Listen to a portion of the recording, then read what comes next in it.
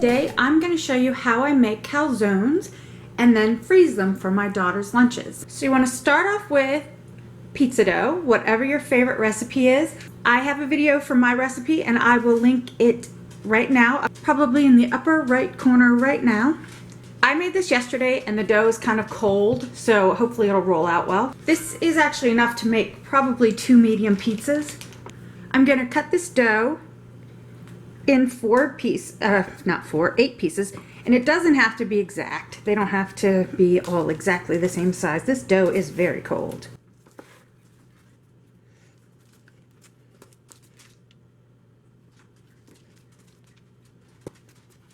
Throw them over to the side.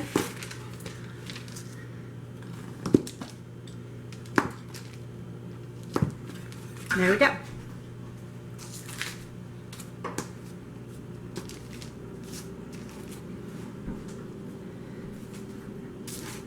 I'm going to kind of roll this into a ball. This will work, not a ball, a disc. This will work a little bit easier if your dough isn't as cold as mine. Then take your rolling pin.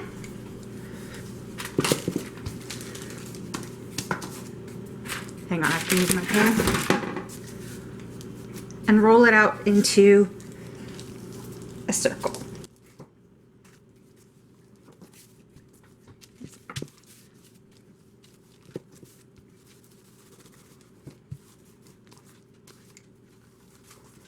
And if your dough is sticky, just add a little flour.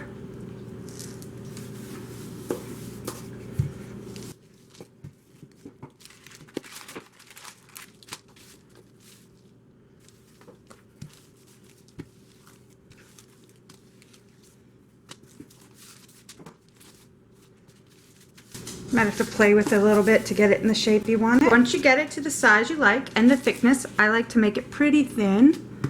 You can add your other ingredients. I'm gonna add some sauce. You want to keep it sort of this side. I went too far.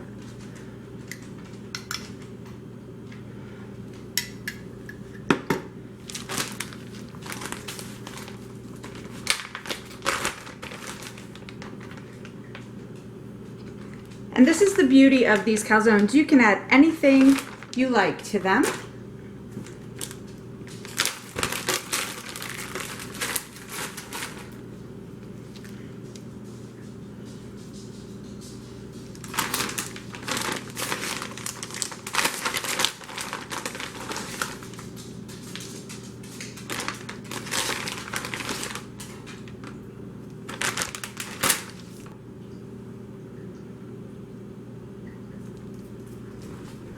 So once you have it filled with everything you want, try to give a little bit of space on the ends for folding.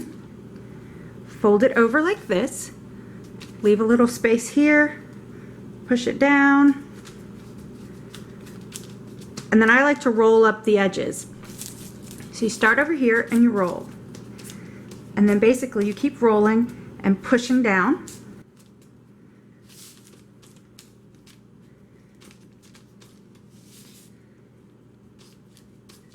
As you go. I don't know if you can see what I was doing, but I'll do another one. And then push down. And there you have it. I'm going to pop this on my baking sheet, which is lined with parchment paper.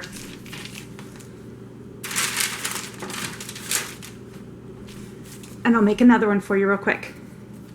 So start off by making the dough in sort of a disc like this. Your dough will be easier to work with because it won't be so cold. I like to give it a little head start, which I didn't really do with the last one. Like that. Actually, I need a little flour. Flour on my surface. I'm just using parchment paper because I don't want to get flour all over the countertop. And roll.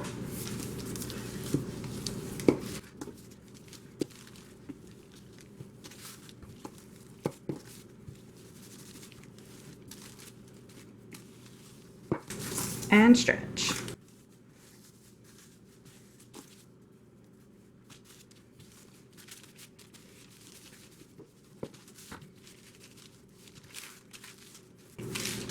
to get a board just for doing this because the parchment paper slips a lot.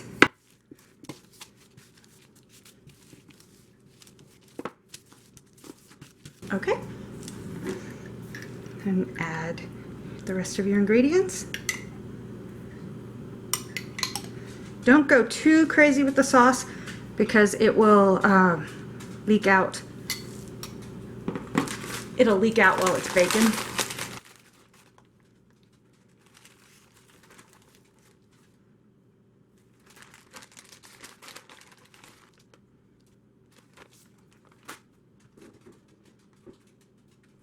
When I make these for my husband, I add mushrooms, all kinds of vegetables. The dog is about to bark at me because he wants cheese.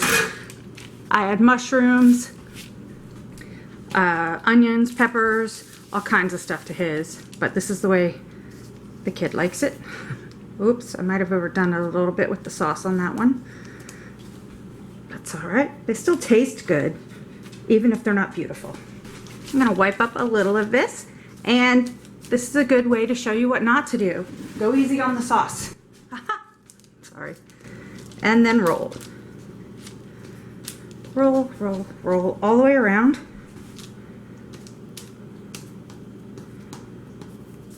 And push. This one is gonna leak out all over the place. Maybe she can eat this one tonight instead of freezing it. Put it on the baking sheet. And keep going till it's all done. Here they are on the sheet pan, ready to go in the oven. This is just the first 4. I have 4 more. As you can see, this one, I don't know if how well you can see. Let's see if I can zoom in on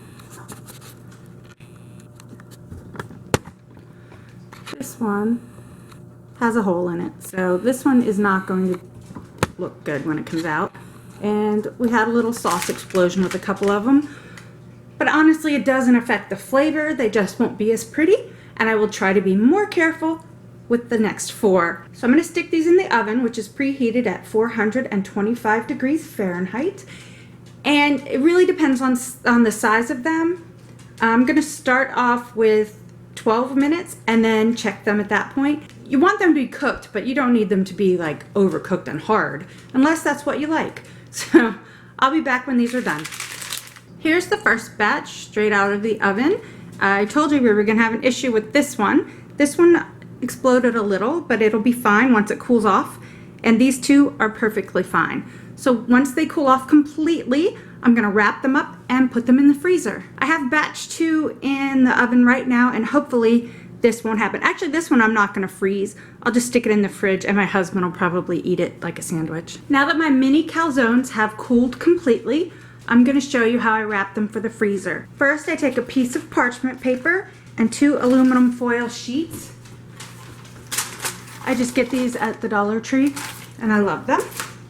You don't have to use the parchment paper, but the reason I'm using that is so that when my daughter takes these to school, she can leave it in the microwave, because she can't put the foil in the microwave. So just wrap them up. Try not to squish it.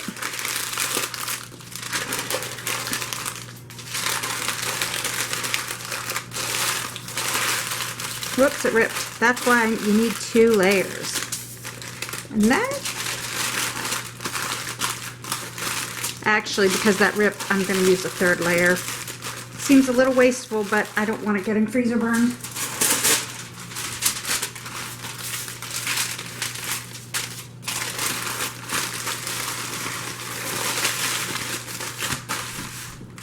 And there you have it. Just mark on here what it is and pop it in the freezer. So if you like this video, give it a thumbs up and subscribe to my channel. You can find me on Instagram, Twitter, Facebook, and Pinterest at Lee'sHome05. Thanks for watching. Bye.